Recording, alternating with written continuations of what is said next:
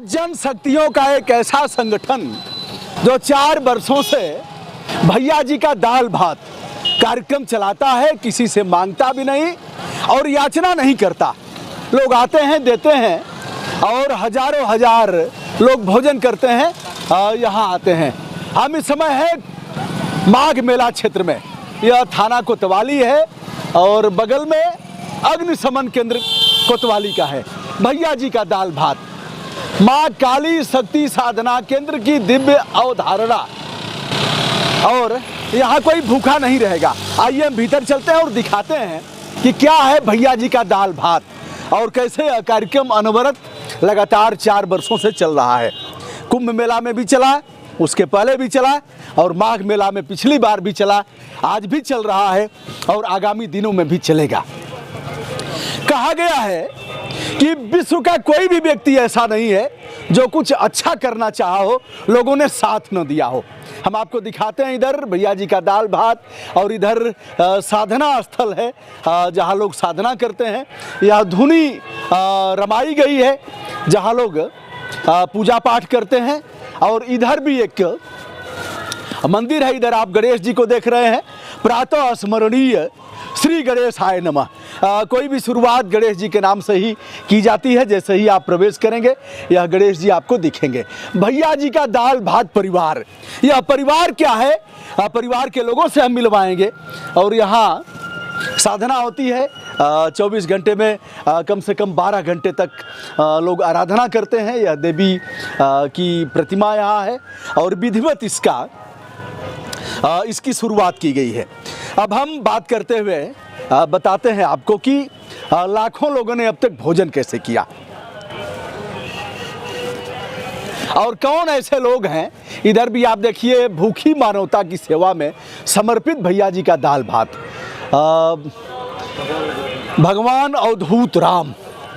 तो दोस्तों हम आपसे बात कराते हैं और एक बड़ी संकल्पना लेकर के आप लोग चल रहे हैं। ये 4था साल है, पहले भी हमने किया था और आज भी। यह गुड्डू जी महाराज हैं और इन लोगों ने तय किया कि सबसे बड़ी यह है कि भूखा व्यक्ति, भूखे भजन न होई गोपाला। अगर व्यक्ति भूखा रहेगा तो अपराध करेगा, भूखा है तो फिर भजन नहीं होगा। कैसे ये सब 4 साल से हो रहा है? सब ईश्वर ही कर रहे हैं, हम लोग ने जिसमें कोई भूमिका बहुत नहीं है। कैसे कैसे मन में आया कि करना चाहिए? हम लोग यहीं पे मेला में कैंप लगाते थे जी। अवधूत भगवान राम जी के शिष्य हैं अलख राम जी महाराज जी। उनके पास हम लोग बैठते थे, वहीं से हम लोगों के मन में बातें आने लगी, कुछ करना चाहिए जी।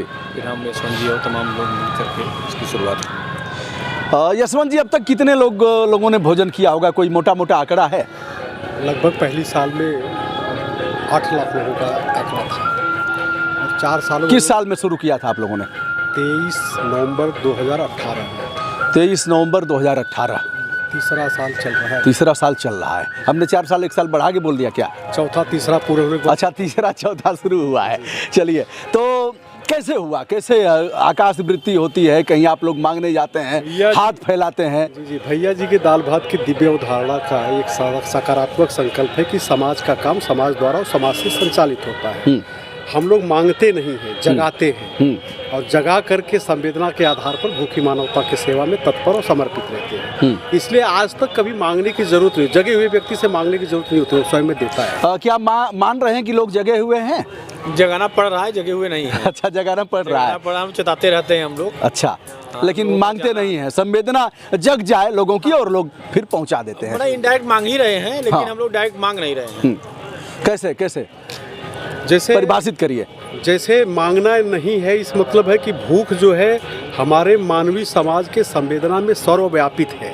सारा समाज ही भूखा है। किसी को क्षुधा की भूख है, किसी को ज्ञान की भूख है। अब लपेटिए मत, सीधे बताइए, सीधे विषय पर आइए। तो जब मांगना नहीं कैसे है तो... कैसे आता है? दाल चावल सब्जी और यह सब चीज़ें चाहिए आपको। भारतीय परंपरा को, परिवार को अगर पढ़ेंगे समझेंगे तो हमारे हर घरों में अक्षय पात्र होता था। चिटकियाँ निकलती थी, उस चिटकियों का संग्रह अक्षय पात्रों में होता था और दरवाजे पर जो लोग भी आते थे, जो मांगे न मांगे, सबको उस अच्छा पात्र से दान देने की परंपरा थी, अन्नदान देने की परंपरा थी। आज वो परंपरा हमारी टूटी हुई है। तो भैया जी का दाल भात परिवार ने दाल भात के संबंधों का भी दाल भात करना शुरू किया है, अपने संबंधों का, उन संबंधों को जगाते हैं और अक्षय पात्र में इकट्ठा हुआ अन्न जो बिन मांगे लोगों को दरवाजे पर जाके मिलता है, ऐसी कल्पना के साथ हम एक मुट्ठी अन्न की कल्पना करते हैं, लोग स्वेच्छा अपने आप प्रस्तुत होकर देते हैं। हम जगाते हैं कि अपना मरना जीना, शादी का सालगिरह, बच्चों का जन्मदिन हमारे बीच में सेलिब्रेट करें और उस भूख से पीड़ित मानवता की सेवा करें, जिसके लिए हम लोगों ने शायद इस धरती पर अवतार लिया है, जन्म लिया है। इस आधार पर अगर जगाते हैं तो लोग स्वयं में प्रस्तुत होकर देते हैं और समाज का काम समाज द्वारा समाज से संचालित होता है। जसवंत जी ने एक बड़ी बात कहा, आपके शादी का सालगिरह हो, आपके बच्चे का जन्मदिन हो, माता पिताजी की पुण्यतिथि हो, ऐसे तमाम सोडर संस्कार हैं जिन पर लोग बनाते हैं और ऐसे संस्कारों पर हम कहाँ खिलाएं, कहाँ जाएं। तो एक ऐसा प्रतिष्ठान, जब आप माघ मेले में आएंगे तो भैया जी का दाल भात किस जगह है? आप भैया जी का दाल भात लेटे हनुमान मंदिर बधवा नाविक संघ का कार्यालय, उसके सामने हम लोग चलाते हैं। अभी हमारे पास अभाव के क्षेत्र में हमारे पास ज़मीन नहीं है, भाव है। आगे भगवान की कृपा, भगवती कृपा होगी तो ज़मीन भी होगी। अभी अभावग्रस्त है, लेकिन फिर भी जिस भाव से हम लोग खिलाते हैं तो लोगों का स्वभाव बन गया है कि भाव और स्वभाव के द्वारा हम लोग उस कुभाव को दूर कर रहे हैं जो भूखी मानवता के लिए चाहिए। आगे भी इसे चलाएंगे। जसवंत जी, एक बात, यह सवाल मैं आपसे करूंगा। आप लोगों ने शुरू किया था कि हम लोग माघ मेला तक चलाएंगे और फिर बंद कर देंगे, ये कंटिन्यू कैसे हुआ? माघ मेला तक के लिए नहीं हम लोग शुरू किए थे। अच्छा, हम लोग जब शुरू किए हैं 23 नवंबर 18 से तो परमानेंट चला रहे हैं। नहीं, पहले जैसे मन में था ना कि माघ मेला तक चलाएंगे। मेला हम लोग करते ही आ रहे थे। अच्छा, मतलब हो रहा है बहुत पहले से। हम लोग 15 साल हो गया हम लोग मेला में कैंप लगाते हुए, तो हम लोग पहले से चला रहे हैं। लेकिन अब कंटिन्यू चल रहा है। लॉकडाउन में क्या हुआ? लॉकडाउन में क्या हुआ? हम लोग भैया के संपर्क में आए, भैया ने 12 सालों तक अपनी साधना से इसको जगाए रखा माघ मेले में। और 12 साल हमारे यहाँ हिंदू धर्म की मान्यता है कि 12 साल में किसी चीज़ का प्रस्फुटन होता है, प्रादुर्भाव होता है।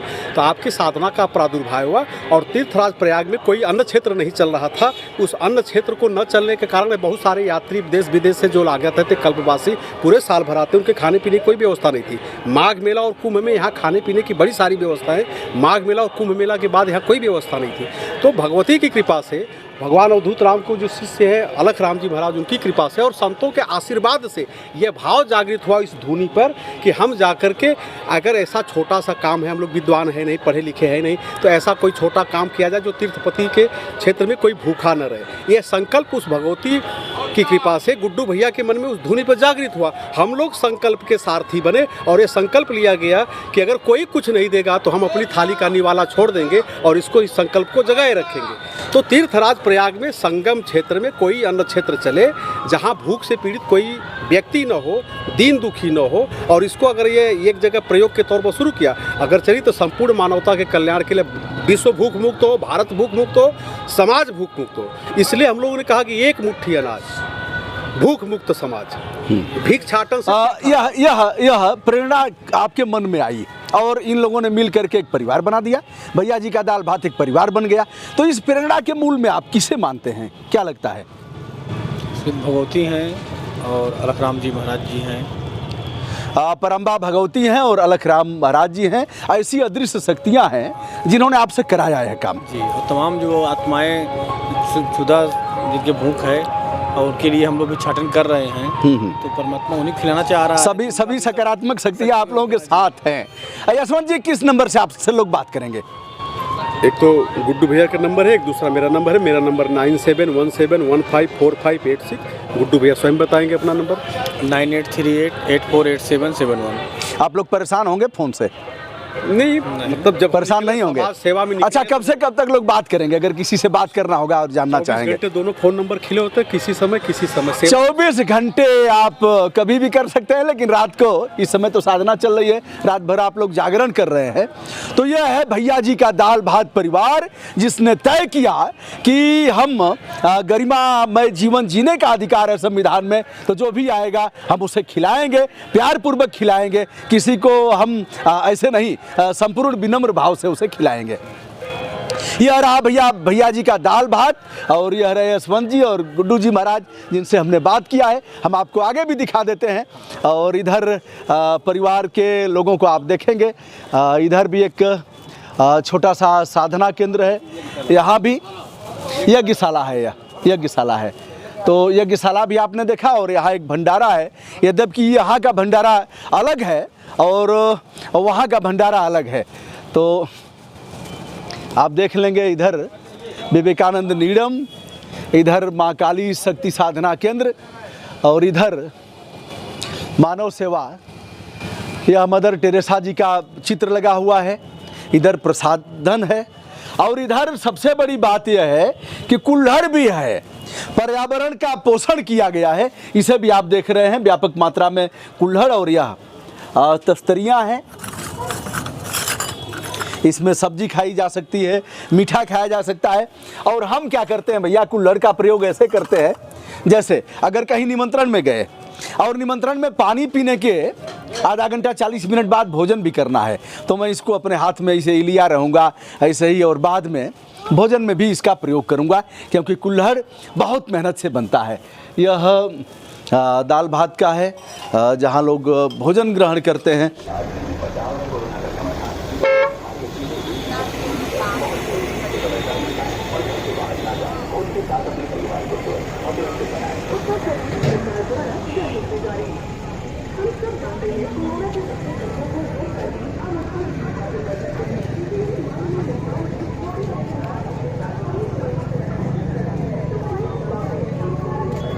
जो भी अतिथि आते हैं, यहाँ भंडारा है, और यहाँ आप देख रहे हैं सब तमाम सब्जियां हैं, और इधर गैस सिलेंडर है, भोजन बन रहा है। उधर लकड़ियाँ भी हैं, चूल्हे पर भी बन रहा है, और यह लोग भी प्यार पूर्वक खिलाते हैं लोगों को, जो लोग भी आते हैं। तो यह रहा दोस्तों भैया जी का दाल भात, पहलवान चपा मत तनसा। तो विनम्रता के साथ हमारा सादर नमस्कार। आप भी अगर यहाँ माघ मेला में आए तो भैया जी के दाल भात पर जरूर आए, और आप कम से कम ऐसे लोगों को मन क्रम वचन से ही प्रोत्साहित करें। बहुत बहुत धन्यवाद, शुभकामना।